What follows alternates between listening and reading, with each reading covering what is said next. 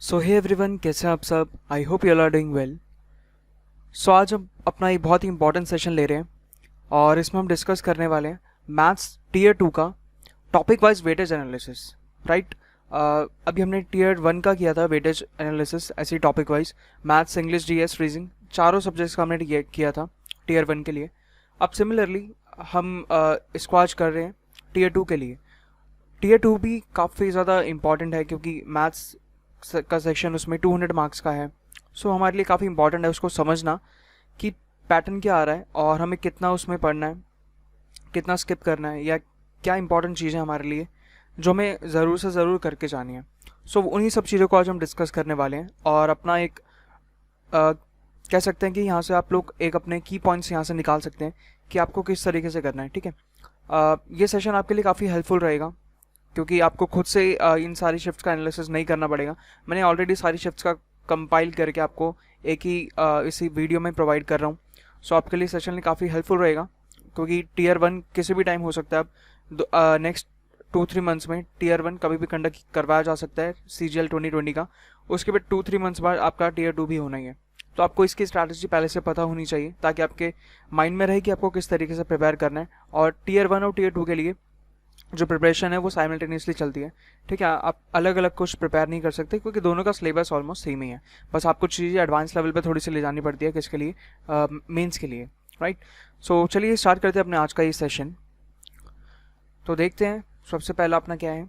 So this is about this session. ये session सबसे पहले किसके लिए हेल्पफुल रहेगा? तो जो जितने भी सीजल के एस्पायरेंट्स हैं 2020 के, उन सभी के लिए ये सेशन काफ़ी यूज़फुल रहेगा और आगे भी आने वाले जितने भी एग्जाम्स हैं उन सबके भी जो एस्पायरेंट्स हैं उनके लिए भी ये एग्जाम यूज़फुल हो सकता है, ये सेशन यूज़फुल हो सकता है।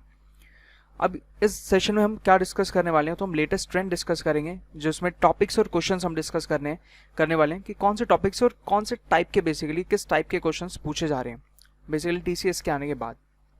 राइट, और इसमें हम पूरा टॉपिक देखेंगे और उनकी वेटेज कितनी है। और आफ्टर दिस सेशन आप लोग अपने प्रॉपर नोट्स बना सकते हैं। इस सेशन में जितना भी आप लोग को मिल रहा है ना, आप उनकी अच्छे से नोट टेकिंग करना। ठीक है, अपने पास एक A4 साइज शीट पे अपना प्रॉपर लिख लेना कि किस किस टॉपिक से कितना आ रहा है, सो दैट कि आप लोग प्रिपेयर रहो कि अगर उस जो सपोज करो कि आप जो इंपॉर्टेंट टॉपिक है अगर आपने अभी तक वो नहीं पढ़ रखा है या फिर उसमें थोड़ा सा आपका वीक पॉइंट है, तो उसको आप क्या कर सकते हो, उसको थोड़ा और ब्रश अप कर सकते हो। ठीक है, तो और ठीक है, ये सब चीज़ें आप लोग इसको रीड कर सकते हैं। नेक्स्ट इंपॉर्टेंट जो चीज़ है ना वो ये है, आपको प्रैक्टिस करनी है PYQ की एंड मॉक्स। इनको जितने ज़्यादा से ज़्यादा आप ये लोग लगा सकते हो, मॉक्स लगाने हैं। सबसे पहले तो ध्यान रखना है कि आप प्रीवियस ईयर मॉक्स जो हैं, यानी प्रीवियस ईयर जो पेपर्स हैं, सबसे पहले तो आप उनको कवर करें। ठीक है, और उसके बाद जो टाइम बचता है उसमें आप लोग जो फुल लेंथ के आपके मॉक्स आते हैं किसी भी प्लेटफॉर्म के, आप उसको यूज़ कर सकते हैं, उसको लगा सकते हैं। ठीक है, और अब इस सेशन में जो हमने डेटा यूज़ किया है वो कौन से एग्जाम से यूज़ किया है? तो CGL 2018 और CGL 2019 का हमने यहाँ से डेटा लिया है। ठीक है, यानी CGL 2018 और CGL 2019 के जो मेंस के एग्जाम्स हुए थे, ठीक है, जो मेंस के पेपर हुए थे, वहाँ से आज इस सेशन में हम वहाँ से डेटा पिकअप किया है और वहाँ से उस सेशन का हम लोग एनालिसिस करने वाले हैं।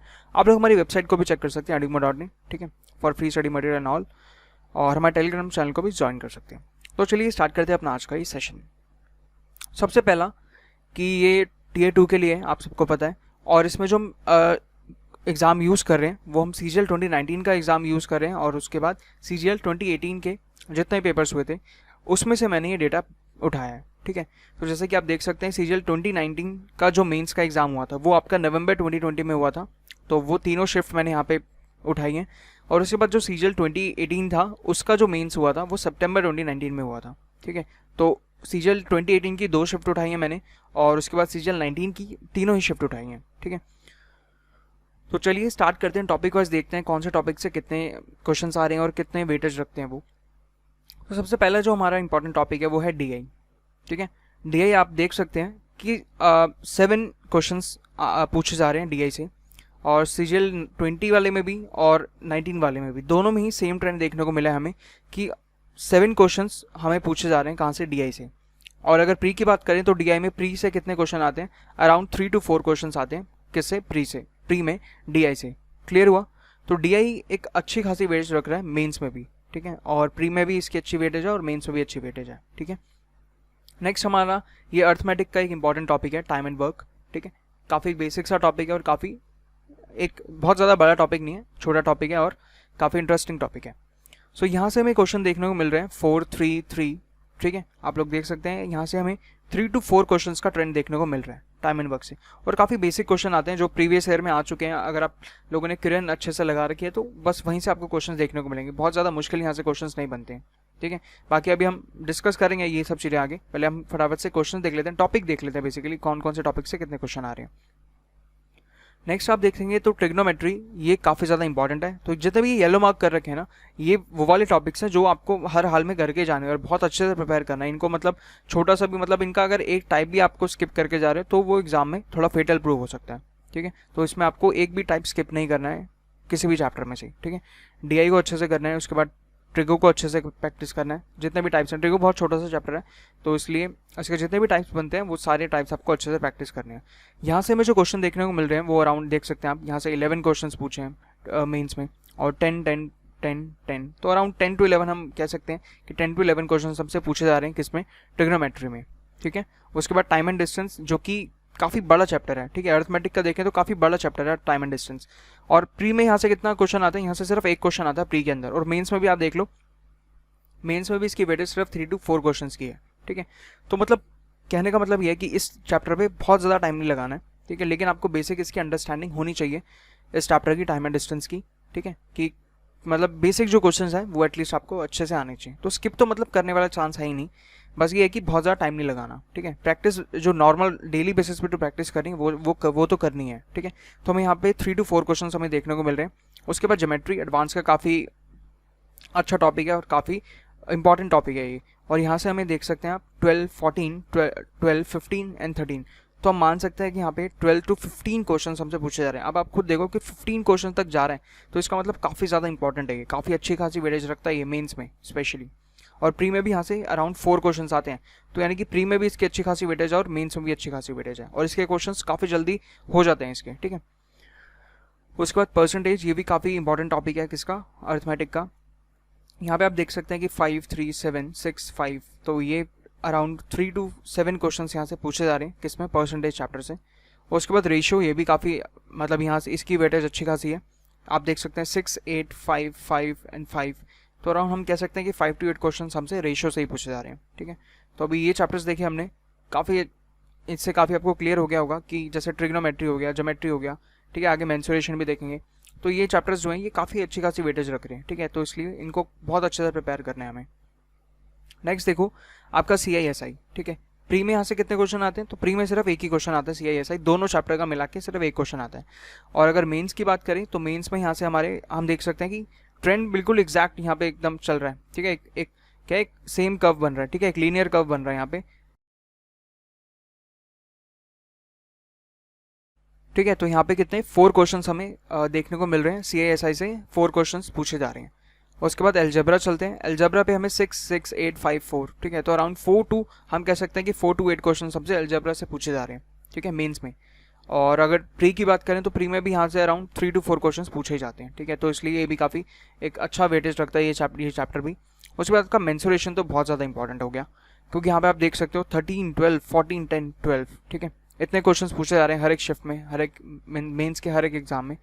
तो आप कह सकते हैं कि यहाँ पे 10 to 14 अराउंड 15 ही मान के चलो, 10 to 15 क्वेश्चन हमसे मेंसुरेशन से पूछे जा सकते हैं, ठीक है। तो ज्योमेट्री और मेंसुरेशन आप अगर इसका ही निकालोगे तो ज्योमेट्री और मेंसुरेशन का दोनों का कंबाइन मिला के सिर्फ 30 क्वेश्चन तो इन्हीं 2 चैप्टर से पूछे जा रहे हैं, ठीक है। तो आप लोग इस हिसाब से लगा सकते हो अंदाज़ा कि आपको किस तरीके से प्रिपरेशन करनी है।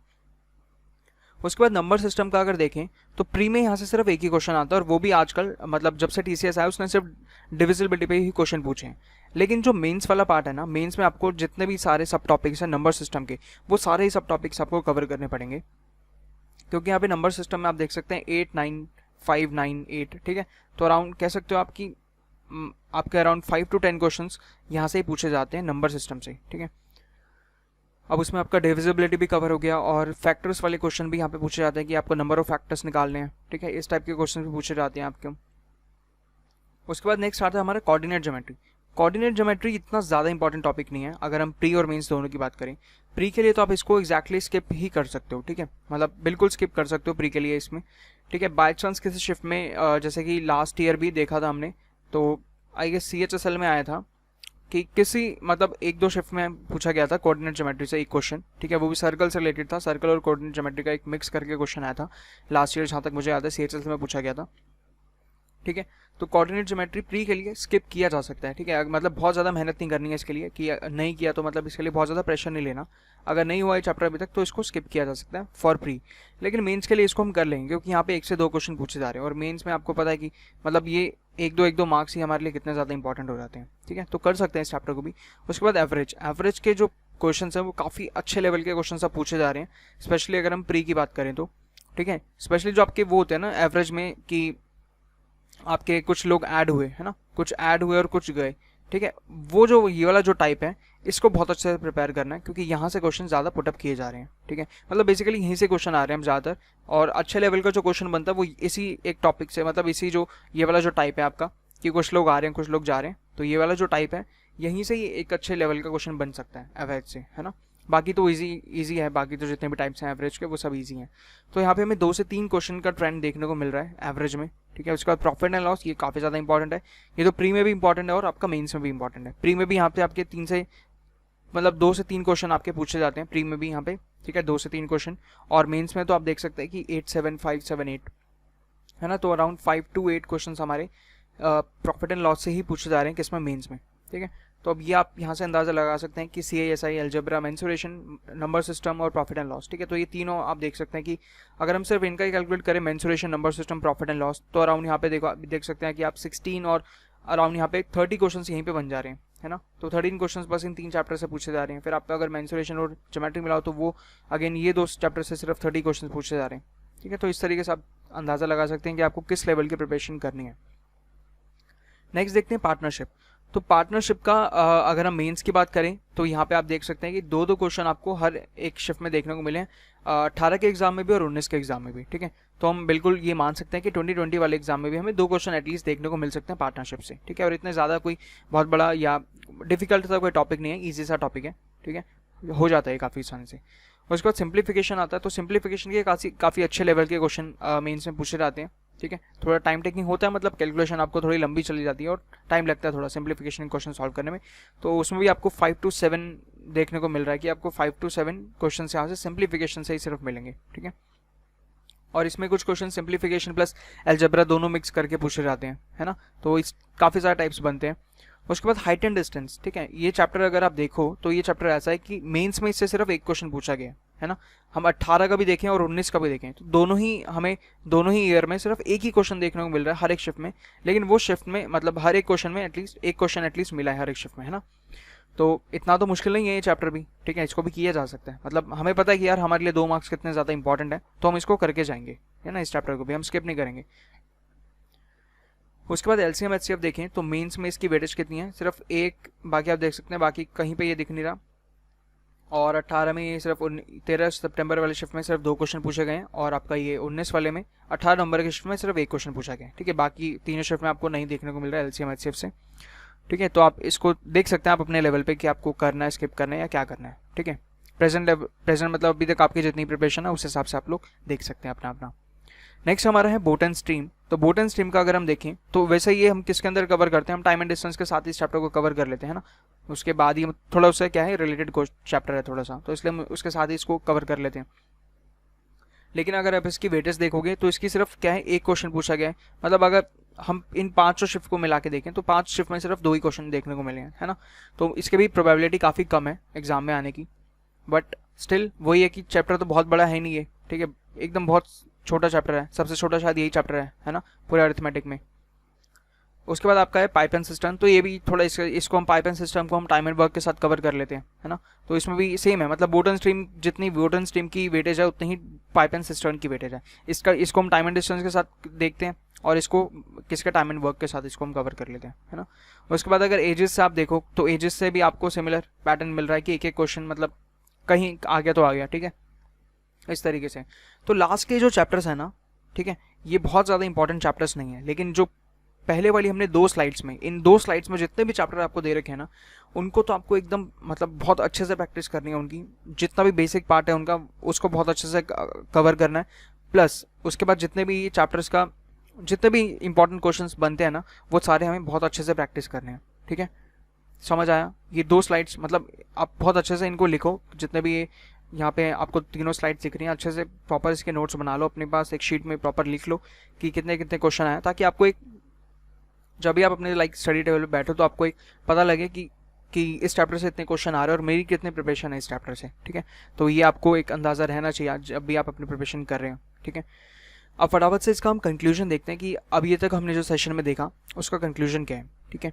देखो यार, मोस्ट इंपॉर्टेंट चैप्टर्स जो है ना, अर्थमेटिक्स से आप देखो, अर्थमेटिक्स से हमारे कितने क्वेश्चन पूछे जाते हैं मेंस में, अराउंड 35 to 40 क्वेश्चन हमारे अर्थमेटिक्स सेक्शन से पूछे जाते हैं, ठीक है। टोटल 100 क्वेश्चन पूछे जाते हैं मेंस में, है ना, मैथ्स सेक्शन से, और उसमें भी आपके अर्थमेटिक्स से कितने क्वेश्चन पूछे जाते हैं, तो 35 to 40 क्वेश्चन हमारे सिर्फ अर्थमेटिक्स से पूछे जाते हैं।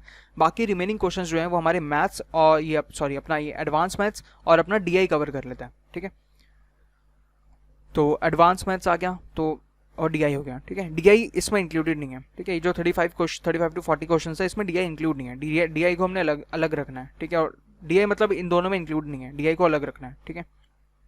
तो एडवांस को आप थोड़ा कम कर सकते हैं, जैसे कि आप 55 to कितने 60 क्वेश्चन एडवांस के कर सकते हैं, बाकी जो रिमेनिंग बच गए वो आप किस में डीआई में डाल सकते हैं, ठीक है, इस तरीके से। अब देखो अर्थमेटिक के जो सबसे ज़्यादा इंपॉर्टेंट टॉपिक्स हैं वो कौन से हैं आपके, सबसे पहले तो profit and loss. Profit and loss से आपके 8 से 10 क्वेश्चन आ रहे हैं, कहाँ पे, मेंस में, और प्री में भी इससे अच्छे क्वेश्चन आते हैं, 2 से 3 क्वेश्चन, सिर्फ 25 में से सिर्फ 2 से 3 क्वेश्चन प्रॉफिट एंड लॉस से ही आते हैं। उसके बाद परसेंटेज और प्रॉफिट एंड लॉस दोनों एक साथ चलता है, मतलब कई बार क्या होगा कि आपका प्रॉफिट एंड लॉस से थोड़े कम आ जाएंगे तो परसेंटेज से ज़्यादा आ जाएंगे, ठीक है, या अगर परसेंटेज से कम आ रहे हैं तो प्रॉफिट एंड लॉस से ज़्यादा क्वेश्चन आएंगे, ठीक है। तो ये दोनों चैप्टर में क्या रहता है, थोड़ा सा वो रहता है, चॉइस रहती है कि हाँ इन दोनों में से हम किसी में एक में हमें ज़्यादा क्वेश्चन देखने को मिल सकते हैं। फिर भी हमें परसेंटेज से 5 to 7 क्वेश्चन देखने को मिलते हैं, और रेशियो उसके बाद आता है थर्ड इंपॉर्टेंट टॉपिक, जो कि हमारा इसमें हमें क्वेश्चन देखने को मिलते हैं 6 to 8 क्वेश्चन हमें इसमें देखने को मिलते हैं। नेक्स्ट सिंप्लीफिकेशन भी काफ़ी इंपॉर्टेंट टॉपिक है, क्योंकि यहाँ पे भी हमें 5 to 7 क्वेश्चन देखने को मिलते हैं। और डीआई तो आपने अभी देखा ही है कि 7 to 8 क्वेश्चन हमें डीआई में हर शिफ्ट में पूछे जा ही रहे हैं, है ना।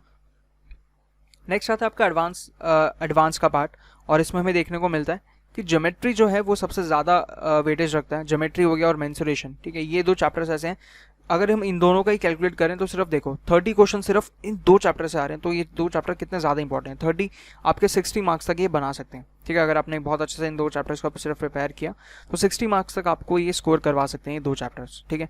सिर्फ अकेले ज्योमेट्री से 15 क्वेश्चन लगभग पूछे जा रहे हैं, और मेंसुरेशन भी अराउंड 15 क्वेश्चन, तो अराउंड 30 क्वेश्चन हम मान के चल सकते हैं कि मेंसुरेशन और ज्योमेट्री को मिला के 30 क्वेश्चन अराउंड पूछे जा रहे हैं, है ना।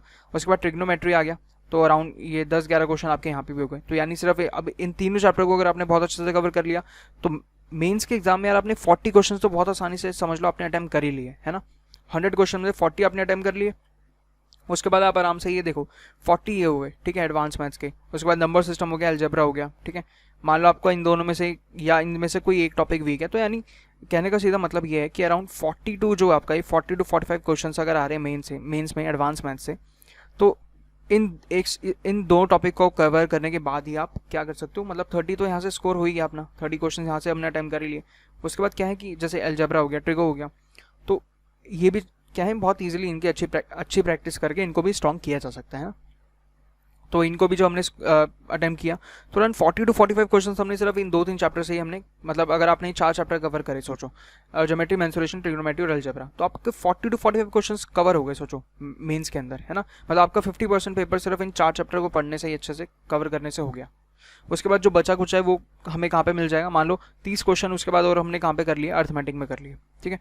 तो 40 + 30 आपके 70 क्वेश्चन यहाँ पे आपने अटैम्प्ट कर लिए, ठीक है, जो कि आपको क्या है एक इजी लेवल वाले जितने क्वेश्चन थे वो 70 क्वेश्चन आपने अटैम्प्ट कर लिए। अब जो नेक्स्ट 30 क्वेश्चन था उसमें आप हो सकता है कि आपको 15 क्वेश्चन ईजी लगे और 15 थोड़े से मुश्किल लगे, और ऐसा बिल्कुल होगा ही होगा, ठीक है। देखो सारे क्वेश्चन मुश्किल नहीं आते और सारे क्वेश्चन ईजी नहीं आते। आप अगर इसका देखो 2019 वाले का अगर आप स्कोर देखो मेंस में, तो मेंस में कितने सारे बच्चों ने इस बार 200 में से 200 स्कोर किया है, मैथ्स में भी और इंग्लिश में भी, है ना।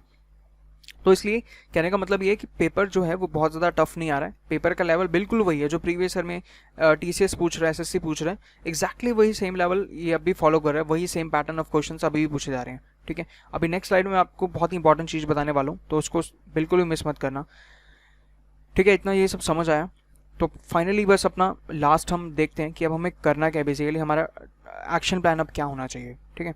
अब देखो आपका जो मोस्ट इंपॉर्टेंट चीज़ अब आपको करनी है अपने मार्क्स को थोड़ा बूस्ट करने के लिए, मार्क्स को थोड़ा इंक्रीज करने के लिए, वो क्या करना है, सबसे पहले तो अपने जो आपकी बेसिक प्रिपरेशन है उसको ट्रैक करो और अपने जो कॉन्सेप्ट्स हैं उनको क्लियर करो।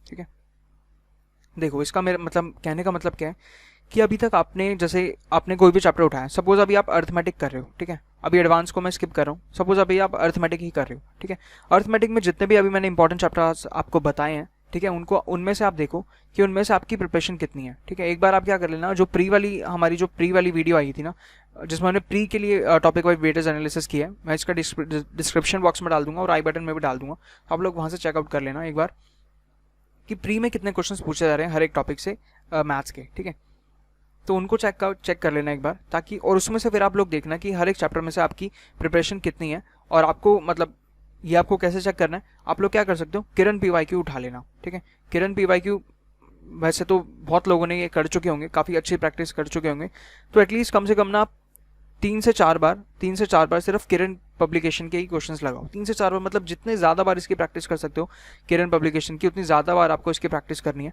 प्लस आपको क्या करना है, जो भी आपके जिस भी एडुकेटर से आपने पढ़ा है, ठीक है, उनकी जो बेसिक प्रैक्टिस शीट होती है, एक तो उसको करना है सबसे पहले, और मतलब ये बेसिक वाले जो प्रिपरेशन है अभी पहले, ठीक है, उसके लिए मैं बता रहा हूँ, बेसिक प्रिपरेशन के लिए हमें क्या करना है, एक तो जो भी जिस भी एजुकेशन से हमने पढ़ा है उनकी शीट प्रैक्टिस करनी है, प्लस किरण पीवाईक्यू हमें एकदम खत्म ही कर देनी है। ठीक है, उसका क्या करना है, आपको एक एक क्वेश्चन स्किप करके पहले प्रैक्टिस करना है, ठीक है, विदाउट टाइमर लगा के।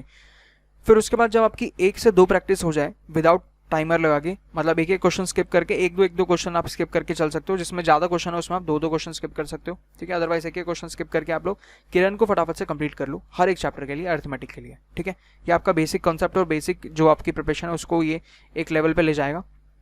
उसके बाद जो सबसे ज़्यादा इंपॉर्टेंट वाली चीज़ है ना, वो ये है कि आपको क्या करना है, अगर आप सच में अच्छा स्कोर करना चाहते हो अपने प्री के एग्ज़ाम में, सीजीएल प्री में 2020 के, तो आपको ये सब चीज़ें करनी ही पड़ेंगी। आपको जो एग्ज़ाम की प्रैक्टिस करनी है 2018 प्लस 2019 में जितने भी एग्ज़ाम्स हुए ना, ठीक है, स्पेशली जो टॉप प्रायोरिटी पे रखने हैं वो इन 3 एग्जाम को रखना है। ठीक है, जब इन तीनों की अच्छे से प्रैक्टिस हो जाए, यानी कि सीजीएल 2018 प्लस सीजीएल 2019, फिर उसके बाद सीएचएसएल 2018 प्लस सीएचएसएल 2019, फिर उसके बाद सीपीओ 2018 प्लस सीपीओ 2019। ठीक है, सबसे पहले तो आप इन तीनों एग्जाम्स को खत्म करो। इन तीनों एग्जाम्स में जितने भी क्वेश्चंस पूछे गए हैं, ठीक है, आप लोग क्या कर सकते हो, किसी प्लेटफॉर्म से इनके प्रीवियस ईयर मॉक्स उठा लो, है ना, प्रीवियस ईयर मॉक्स में आप प्रैक्टिस कर लो सीजीएल, सीएचएसएल और सीपीओ। ठीक है, सीपीओ के कितने होते हैं, सीपीओ की बहुत कम शिफ्ट्स होती हैं। ठीक है, मतलब 3 दिन इसका एग्जाम चलता है लगभग सीपीओ का, तो आप मान के चल सकते हो कि 6 से 10 शिफ्ट मिलेंगी आपको एट मैक्स सीपीओ की, दोनों ईयर की मिला के।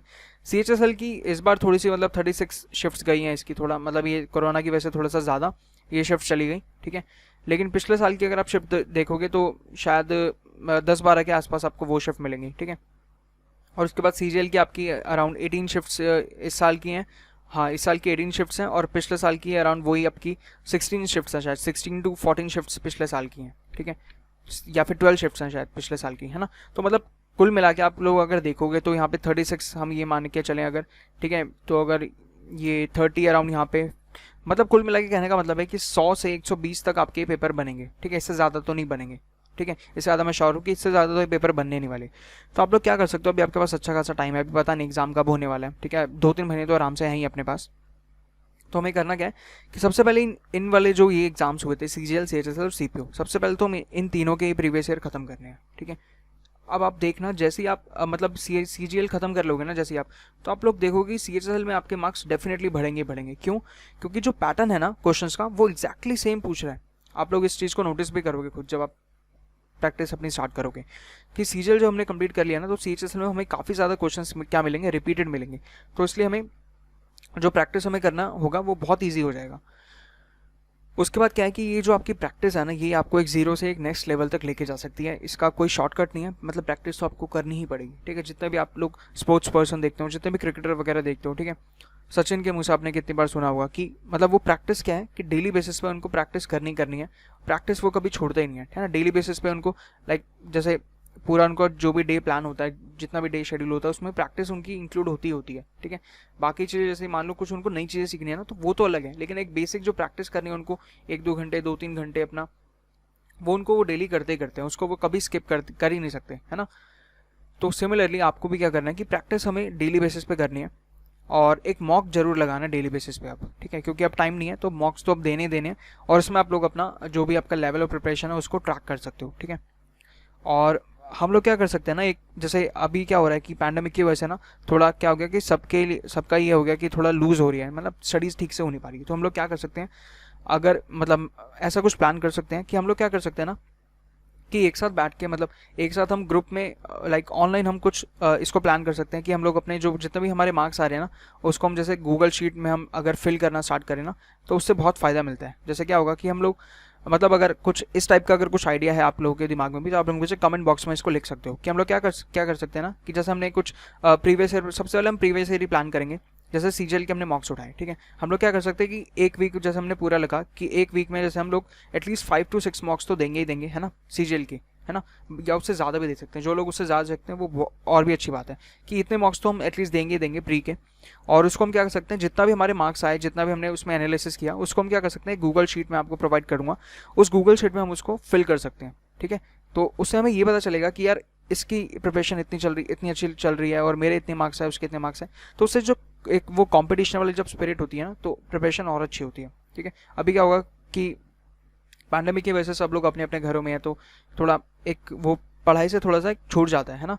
तो अभी अगर इस टाइप का कुछ भी हो रहा है या अगर इस सजेशन जैसा भी आपको लगे आप लोग नीचे कमेंट बॉक्स में लिख सकते हैं। इस चीज़ पे आप लोग पर्टिकुलर इस चीज़ पे थोड़ा सा सजेशन या फीडबैक जो भी आप देना चाहें उस पर दे सकते हैं, ठीक है।